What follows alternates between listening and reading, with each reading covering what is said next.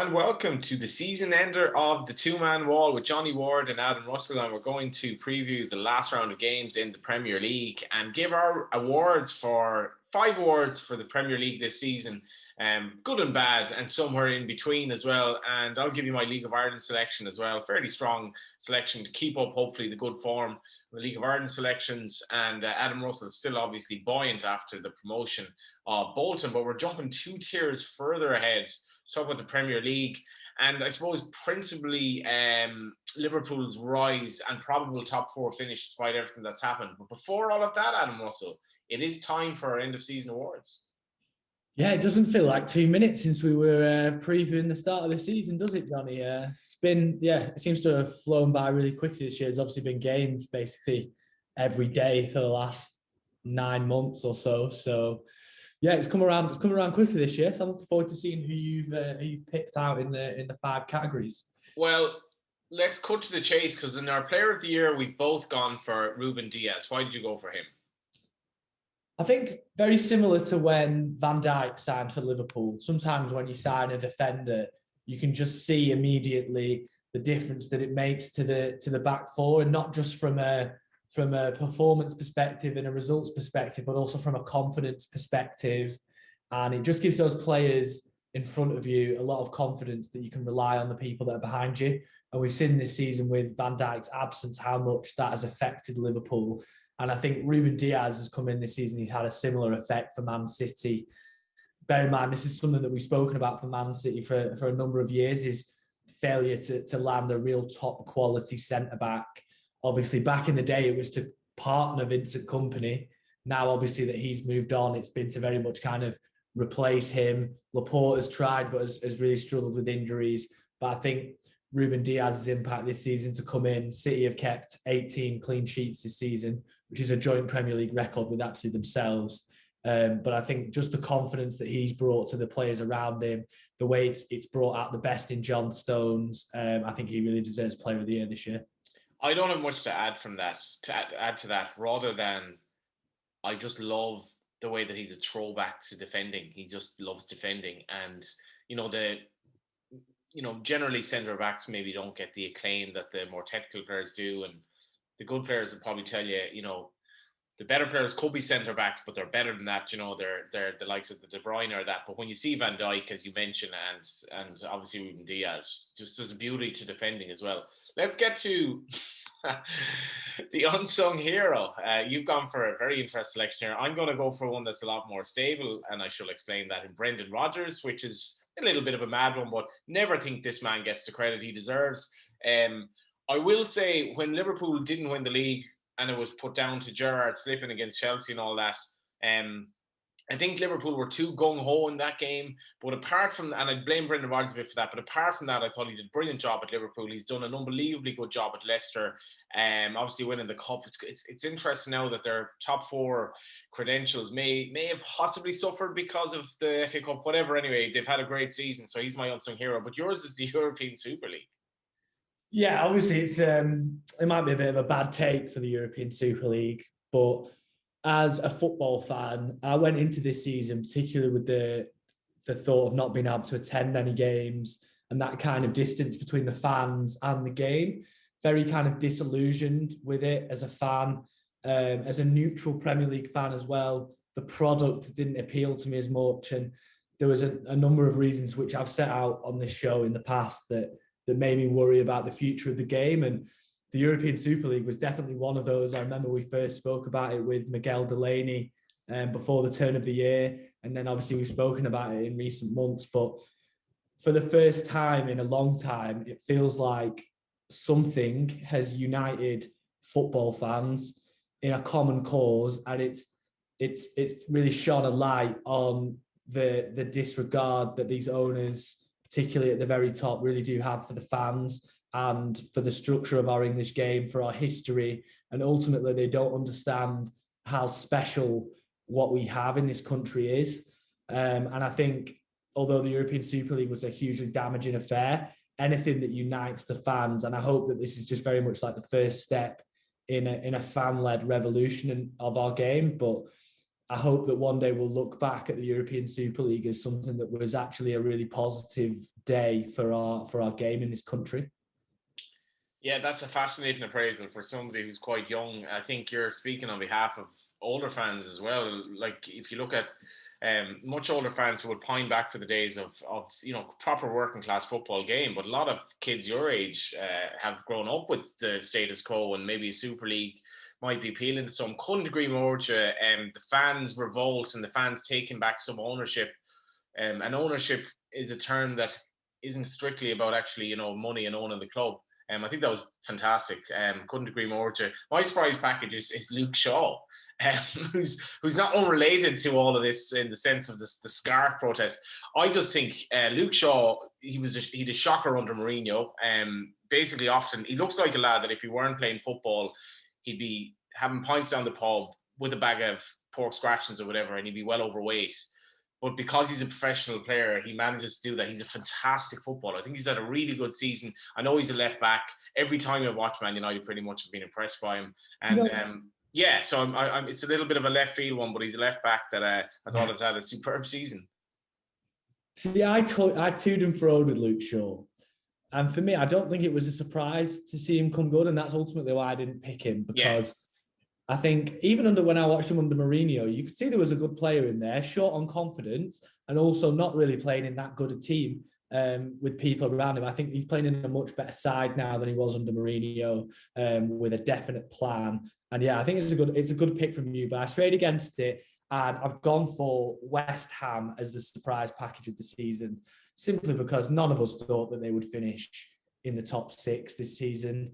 Potentially it could have been more, but if you'd have told any West Ham fan that they would be playing in the Europa League next season, they would have absolutely snapped your hand off. So I think the work that David Moyes has done, the recruitment's been fantastic. They've signed players like Souček, who has been one of the signings of the season, and he's really starting to build a team that reminds me a lot of that Everton team that he had.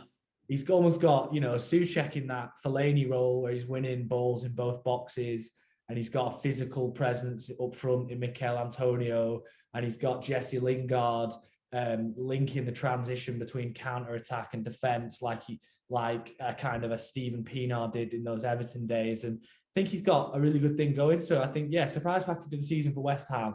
I'm really interested to see if they can reinforce in the summer. Can they go a step further next season as well? Well, they possibly can, because they play in a beautiful stadium in London, and they've some good players, and I think it's an attractive proposition. I think we probably underestimate how attractive London is for prospective players and their partners or whatever as well. These are real issues. You probably would prefer to go there than some of the more northern clubs potentially anyway. But West Ham is a club that could certainly go places.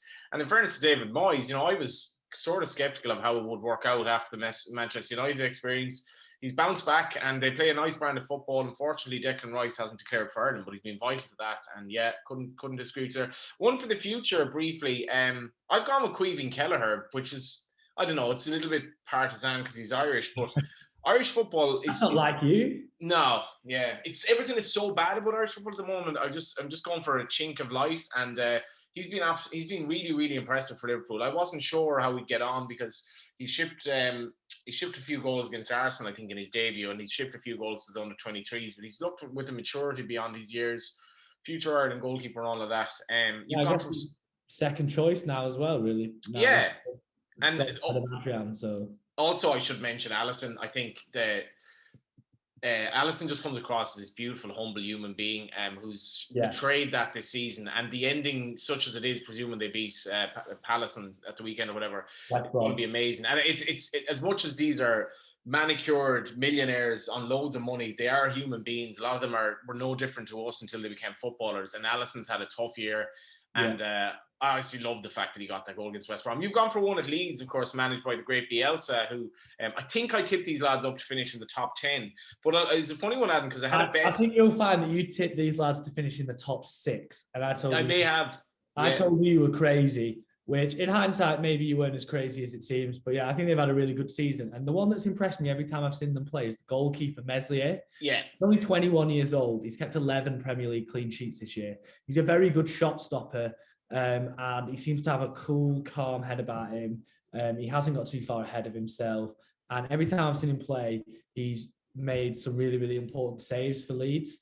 So I think for a young keeper to come over to play in England at the top level at 21, he's been really, really impressive. So yeah, I'd say he's one for the future. I think if he can work on the other parts of his game, maybe the distribution and things like that, at 21, as a goalkeeper, he's got so much time to improve. And I think Leeds have got their hands on a potentially a really good one there. I love Bielsa, and I'm loving the fact with crowds back what Leeds will do next season. I think above all clubs, they'll benefit from Ellen Road, and that one club, one city type thing where Leeds fans still really haven't seen them back in the Premier League. It's going to be brilliant, and I think they'll kick on. Just to mention as well, my mate Enda, we had a monkey even money bet that Leeds would finish ahead of Aston Villa, and we put this bet on when. It was that brief period when the pubs were open in Ireland. So it was like before the season started, maybe in July or August, something like that. But he'd had a few beers on him, and I was kind of unethically taking advantage of him because it was like, there's no way you're giving me even money Leeds finish above Villa. And the bizarre thing is, if Grealish hadn't gotten injured, I'm pretty sure Villa would have finished ahead of them. They had a big advantage. And then when Grealish got injured, Villa were so poor. It was like, God, I can't believe one player would make that much of a difference. As much as they've actually wrapped it up with the 2 games to go. I got a bit lucky. Let's finish up with the damn Squib, or damn Squid, as you called it in your notes, which I thought was quite nice. Probably had 1 or 2 of them in your time. Yeah, the one that, for me, the damp squid, the one that promised a lot but really failed to deliver this season has been Arsenal and Arteta's Arsenal. I don't know where they're going. No, it looks directionless, like you say, and it looked to me like they could finish 9th or 10th. And it looks to me like an average team finishing in an average position. We thought they were going to build around defensive solidity at the beginning of the season. That's how it's looked. That seems to have fallen away as the season's gone on. Aubameyang's been a massive disappointment. There's been a huge over-reliance on the young players in the squad, like Saka and Smith-Rowe, who fantastic young players, don't get me wrong, but not ready to carry a club like Arsenal with the expectations that their fans have. And yeah, I'm surprised that Arteta isn't under more pressure, given where they are. I think that's just a testament to kind of how far they really have fallen in recent years, that they could finish 9th or 10th and still end up with the same manager at the start of next season. So yeah, Arsenal for me. I've gone for, this is probably a bit harsh on Sadio Mane, but I think he's had a really poor season by his standards. And I think he's been involved in so much football. There hasn't been an international, a break from some international tournaments post-season, I think, since 2017, and he will avail of that this year. Now, Firmino has finished the season quite strongly, but he's not had a good season either. Salah is an interesting one. I've seen he's not even in the team of the season in some selections, because I think it's hard enough to knock Salah this season. I think he's had a good one. But Mane scores 20 a season. You can't really knock anyone. Yeah, and like I think Salah, he's too selfish. Like, but that's just how he is. That's the way he plays. He scored a lot of important goals for Liverpool. Mane has just had a bad season, and he's ended the season with Jota kind of on the improve. But I'm putting him in as a damn squib. But I fully expect Mane to bounce back next season with a good rest, a bit of recuperation, a bit of sun, sea, and sex maybe over the summer, something like that, and come back. And I think Liverpool will come back as well once VVD is fit next season. And then we'll have something more to talk about than Manchester City domination. Yeah, and I guess with Mane, it's a case of shows you how important confidence can be when everything's going well and, you're full of confidence, you can do anything, you can score any goal, and then sometimes when the goals have dried up, saw it with Firmino early in the season that just almost nothing goes your way sometimes. It's so true. And you saw Mane at times, and when you get in these positions where he just would have scored last season, and he started second kind of questioning himself, and it's probably tiredness physically and mental just with what Liverpool, and then they didn't really have a break last season because COVID. Probably putting too much pressure on himself. Yeah. When the team are not doing well, they're worried about the defense behind them is maybe not as solid. There's that tendency to want to kind of do it all yourself and deliver and be the hero, and sometimes that can be the thing that kind of sends you down the wrong path as a player. So yeah, I'm sure he'll bounce back. You could have put in Thiago as well, who, for all the hype, he's finished season well, but he hasn't had a great season. I think next season will be much more important for him. But Liverpool is a case study on their reliance on one player, namely Van Dijk. Looks a lot better with Fabinho in midfield. He does. He's played a lot of the season without Fabinho in midfield, and he looks a lot more comfortable when he's got that man screen in the back four. So. And which brings us on nicely to the fact that their 7's on against Palace, and it's just fallen into place for Liverpool. Like after they couldn't beat Newcastle, they looked kind of toast for the top 4, and then you had Manchester United not helping them out at all. But then you had just a few strange enough results. Mainly Arsenal doing them a major favour. That put pressure back onto Leicester, who probably happily for Liverpool had just beaten Chelsea a couple of days before in the cup final, duly lost. Liverpool effectively now, it's in their own hands. 1-7 to beat Palace, though. I mean, this is a game, as much as Palace do not have anything to play for, they do have something to play for. They want to send off their manager here, one of the true legends of the game, 73-year-old Roy Hodgson, obviously ex-Liverpool manager. Maybe didn't get a fair crack at the whip. Maybe he did at Liverpool. Whatever you want to say. Palace obviously sort of ended Liverpool's title hopes under Brendan Rodgers, albeit they were kind of gone at that stage. I don't know, 16's Palace. I mean, this is a bit mad. 16's. As soon as I saw that price, the alarm bell started. That's a very big price. Liverpool are not playing that well either. They are hobbling to, like, they've still pretty much, I think they've won 19 games and not won 18 games. So they've not had a great season, and they still have clear issues at the back. A lot of their players have been 5-6 out of 10. I don't get this 16-1 Palace. I know it's written in the stars Liverpool should win this, but the odds look a bit mad. Obviously, against Burnley last night, they won 3-0, but it was a flattering scoreline. Burnley had some big chances in the first half and just failed to capitalise on them, and it could have been a very different game. It's hard to look at Palace at 16s with Nat Phillips and Reece Williams as the centre-backs for Liverpool. They're going to get chances. Like you say, Hodgson's last game at his former club. Palace will want to go there and spoil the Liverpool party. Make no mistake about that. They won't be on the beach. They'll be keen to. We've got a game here, lads, and if we beat them, we could stuff their top 4 hopes and really be party poopers. So they'll be bang up for it. Yeah, I think the betting. I know they beat them 7-0 at Selhurst Park. That was Liverpool's kind of high point of the season. It basically fell apart for them after that. I think they had seven goals that day, and in their following 3 games against relatively lowly opposition, they had 7 shots on target in the 3 games alone. It was just this ridiculous kind of swing in their season. But it's a slur on the Palace players' professionalism and their relationship with Roy Hodgson to suggest that they won't give, that there's no way 1-7. I mean, if this game was the start of the season, Liverpool would be more like, they'd be more 2-5 or something like that. The other thing is, Hodgson, I think, like, having spoken to Damien Delaney a good bit, there's a lot of respect for him. It's very much outlier stuff what he's doing here at 73 to be still managing at this level. And I can see him coming back in the game. I think he'll take a break and take another job at some point. But I think this will be an emotional day for the Palace players in the dressing room. I can't put back them at 16s. Yeah, and they put up a really spirited performance against Arsenal last night for 89 minutes. They conceded 2 really late goals. But before that, they played well. They looked a threat going forward. Benteke has suddenly started scoring goals all of a sudden, which has come from nowhere. They'll be a danger to Liverpool, I think, and they could spoil the party. 16-1 for the win, 13-2 for the draw. I do think Liverpool have won the last 4 in the Premier League. They're unbeaten in the Premier League since they lost against Fulham in March. And I do think they'll just be able to do enough to get over the line in that one. They probably should win, all right, obviously. The Leicester Spurs game, I'm not sure. Leicester have spent more of the season in the top 4 than any other club, which is interesting. 242 days, and yet, right at the death, it looks like it's going to evade them. So this one is hard to call. They're playing Spurs. Obviously, Harry Kane looks like he wants out now. So this is going to be an interesting one. Spurs have been. They could easily have been one of the flops of the season in our vote. Leicester even money here. I find this one hard to call. I'm not sure Leicester's players psychologically will even believe they even if they win they'll do enough.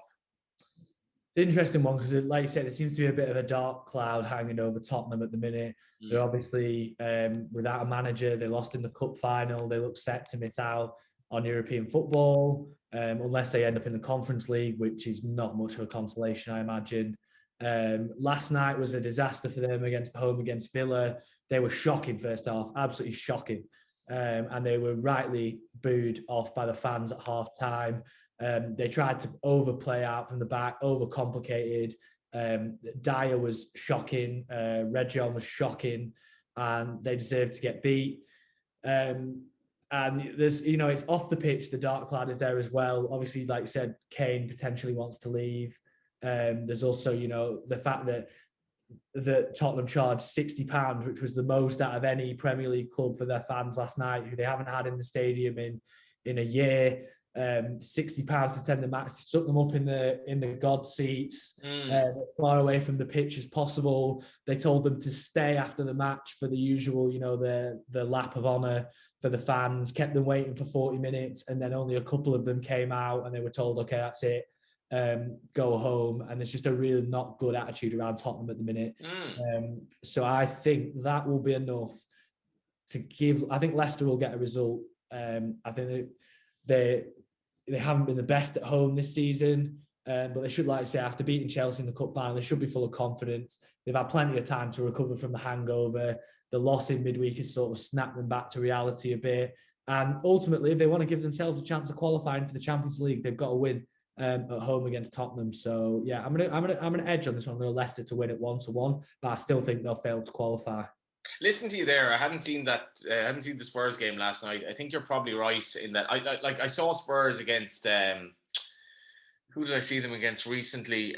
They were absolutely pathetic. Leeds. They were so bad, and the second half was dreadful. And obviously, there's a Kane situation, and yeah, so maybe they will down tools a bit. And Leicester, in fairness to Leicester, we have the Chelsea Villa game.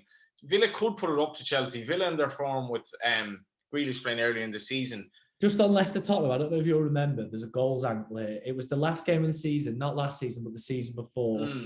Leicester played Tottenham the final game of the season. And I think it finished 5-3. And I'm pretty sure Vardy and Kane both scored hat-tricks. So whilst it might be a case of down in tools, that might not necessarily mean that Leicester turned them over. It could be a bit of an eventful one, potentially. Chelsea are 40 to 85 at Villa. Again, they should get the job done, but Villa probably, Villa have had a fantastic season. As I mentioned, if Grealish hadn't gotten injured, who knows where they would have finished up. They've had a really good season. This isn't straightforward for Chelsea. No, like you say, Villa have undoubtedly made progress this season. They've won 6 more games this season than they won last season. And Chelsea their form's dipped at the wrong time.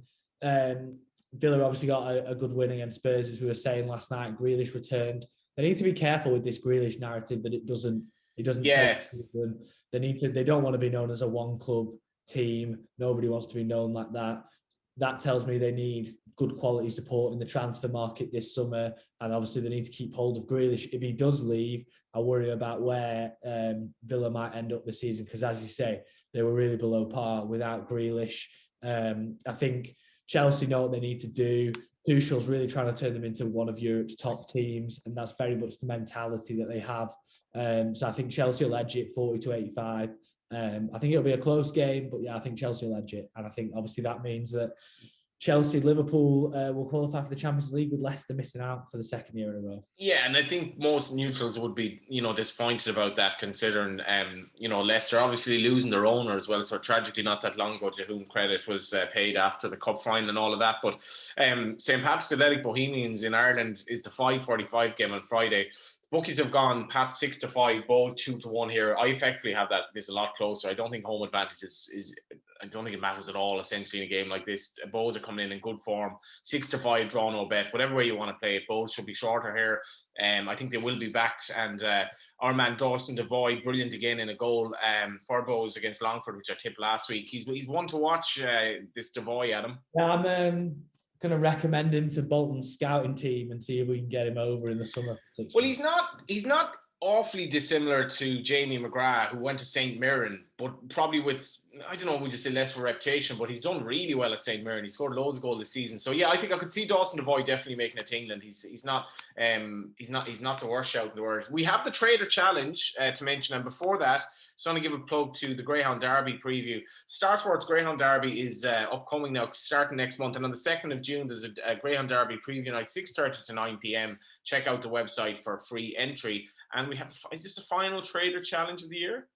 As far as I'm aware, unless they're thinking about bringing some back for the Euros, obviously although the season's over, me and you are going to be back previewing some of the Euros, giving Indeed. selections for the tournament. So that's going to be some good fun. There's so much to plug this weekend. What a weekend of sport and even non-sport. Obviously got PGA Championship. We've obviously got the Monaco Grand Prix, which is one of the sporting calendar's highlights. Like you say, we've got a Trader Challenge, Greyhound Derby previews. We've also got a yes/no competition for Eurovision Song Contest, where you can win yourself a free bet. So to be honest, just get over to starsports.bet and just have a look around. There's definitely going to be something for you. Sign up offers, the lot. Get involved this weekend. It's the weekend to do it. Excellent stuff as ever, Adam. Yeah, we will be back. We'll be back in the near future. Yeah, thanks, Johnny. Yeah, and just by the time you've actually listened to this and watched it, it will have been uploaded to the internet. And Adam, I can assure you, will be in the pub, which is something that we still can't do in Ireland, but obviously you can, Adam. Correct. I'll be, once I've shut the laptop, that's the first place I'm going. So. Ta-ra.